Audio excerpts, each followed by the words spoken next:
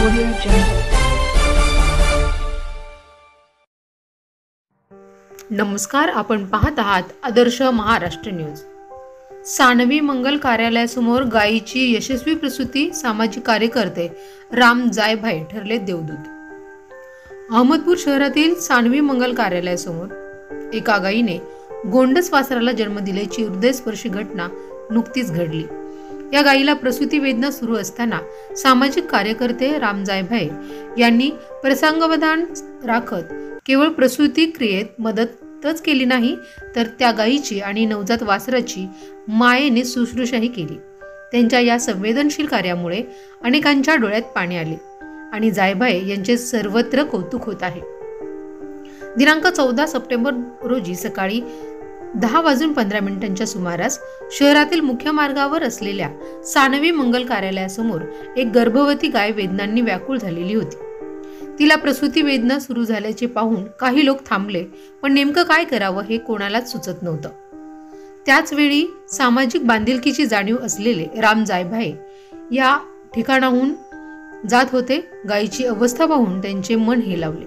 कोणताही विचार न करता त्यांनी तात्काळ मदतीचा पुढाकार घेतला.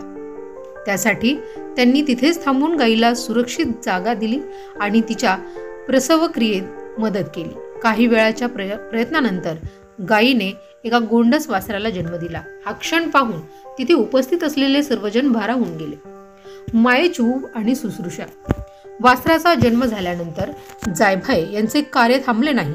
त्यांनी त्या नवजात वासराला आणि गायीला स्वच्छ केले आणि त्यांच्या मदतीसाठी काही स्थानिकांनीही पुढे येत पाण्याची व इतर व्यवस्था केली. जायभाये यांनी स्वतःच्या हातांनी गायीला पाणी पाजले आणि वासराला तिच्या जवळ सुरक्षितपणे ठेवले.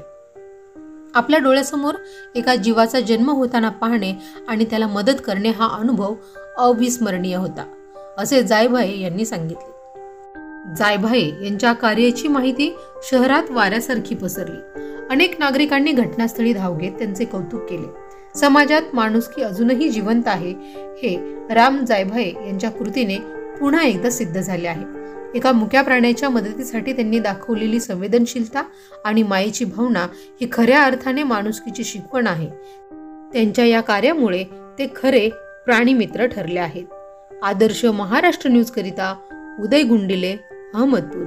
अशाच नवनवीन अपडेट पाहण्यासाठी पाहत रहा आदर्श महाराष्ट्र न्यूज. धन्यवाद.